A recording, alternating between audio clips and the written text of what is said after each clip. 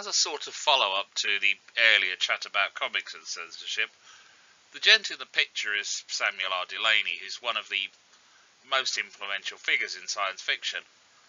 But the problem is, I don't think most people outside of sci-fi will have heard of him. Unless you're part of sci-fi fandom, or read a lot of him, he probably isn't a name that's going to trigger your mind. Oh, the odd person might have heard of him. And yes, his work is infamously difficult to adapt. I wouldn't want to be the person who tried it. If you ever go and read some of it, you'll see why. But the reason I mention him is I don't think diverse voices are really being heard in speculative fiction. I think we have a kind of surface version of it, where we have black and Asian people without cultures being built really around them. You'll have something like Black Panther from Marvel Comics, but it's kind of a hodgepodge of stuff thrown together that doesn't really work all that well and isn't really built that well. As an example of a counterpoint, there was an adaptation of Isaac Asimov's really old Foundation series I watched lately. Now, Foundation is a very old novel, and it's a bit dry in the original. In fact, Asimov at that stage wasn't exactly great at building characters, but the scriptwriter had managed to build numerous cultures on different planets to lend it some depth, and he drew on lots of different cultures, African, Chinese, some European, bits of Buddhism were in there, all sorts of things. And he actually engaged in far more successful world building than you often see in science fiction on a television program or in a movie. Now, it was quite a slow program, and I doubt it's going to ever be reaping the billion-dollar rewards of a Marvel movie, but it was far more satisfying to watch and got to a far better place. Now, when Samuel Delany started in science fiction, there really weren't very many black people writing science fiction. And Samuel Delany's own experiences as a young man are worth reading on the next slide. This is taken from when Samuel Delany was 11. He stayed overnight at a Harlem hospital for observation. It was 1953, and it was nearly a decade before Delany would publish his first science fiction novel. He'd already realised he was gay. With trepidation, he asked the doctor, a white man, how many gays existed in America. The doctor laughed. He told me it was an extremely rare disease. Delaney says no more than 1 out of 5,000 men carried it. Rest assured, the doctor added, no medical records existed confirming the existence of black homosexuals. Simply because I was black, I didn't need to worry. That's from an interview Delaney gave to Cecilia D'Ernesto from The Nation magazine in 2015. And Delaney is notorious for not liking to do interviews. He tends to view his work as either it explains itself or he's not written it properly, is his point of view. But the reason I quote it is because right now we still have a lack of screenwriters or stuff adapted from people from other ethnic backgrounds. It's still very much, if we look closely, a white industry with a veneer of it not being. Now, Black Panther, which I mentioned in the first slide, yeah, it was invented to counter prejudice by the late Jack Kirby and Stan Lee, and kudos for them to doing it, because the comics of the 1960s, getting a black figure in there was, well, extraordinarily difficult. But it's essentially an invented kingdom where it was glued into a bigger mythology in Marvel Comics. But there are so many other black writers like Octavia Butler and people like that where it could be adapted for television. And Octavia Butler has, I believe, been adapted, but it just didn't make it to the mainstream. And we see a kind of surface usage of ethnicity in some things with little depth. The world building is very poor. A particular example for me was when somebody adapted Ursula Le Guin's Wizards of Earthsea series, and they forgot that the main character, Ged, is described as dark skinned. That went out the window.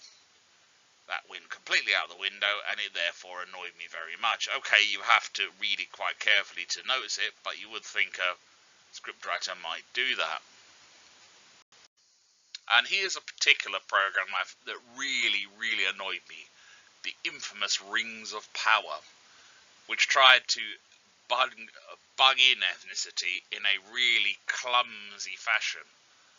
And instead of actually serving to put ethnic characters or characters from diverse racial backgrounds in there in an intelligent way, it looked very, very silly, because the people doing it didn't seem to understand the source material at all. And I reserve great contempt for the hobbits in there that, well, they came off as I pointed out there, as paddywhackery, where I expected at any point for them to go be Jesus and run about the stage, the screen, with a pig under their arms. It was really that bad. It was like eye-rolling.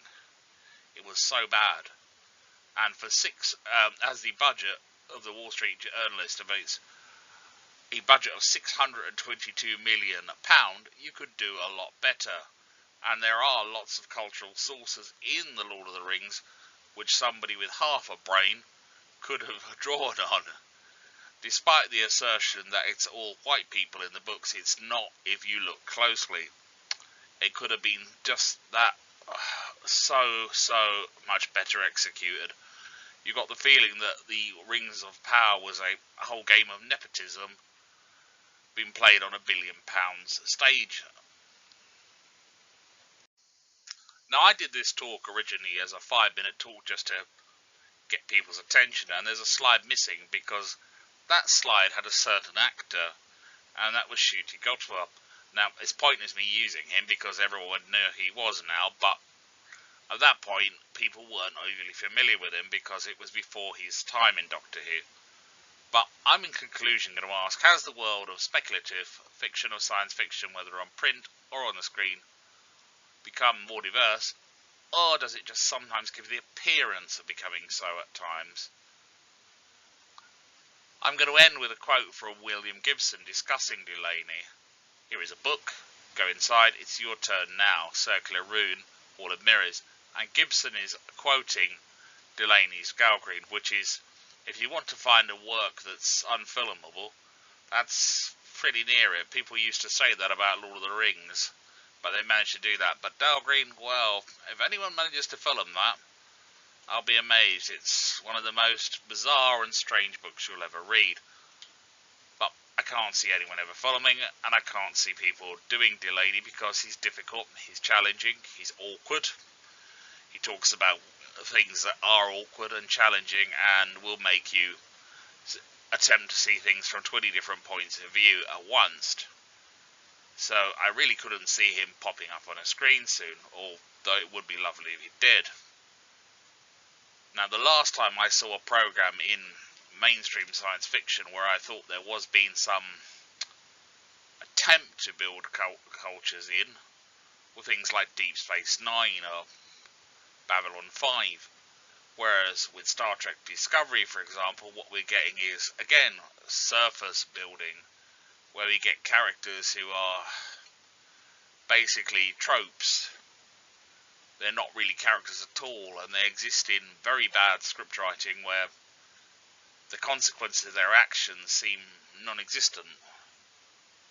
It's where the writers just don't seem to have learned the first rules of script writing about building a character that exists within a world where their actions will have a direct consequence. There's a whole list of authors from all sorts of backgrounds that could be adapted, that instead of the endless plethora of Marvel and DC movies using the same 3 or 4 characters, which are becoming quite tiresome at this point, I certainly am not particularly interested in seeing yet another iteration of, oh look, it's Superman and Batman movies. I think the public could be challenged with better material and pushed to think a bit more.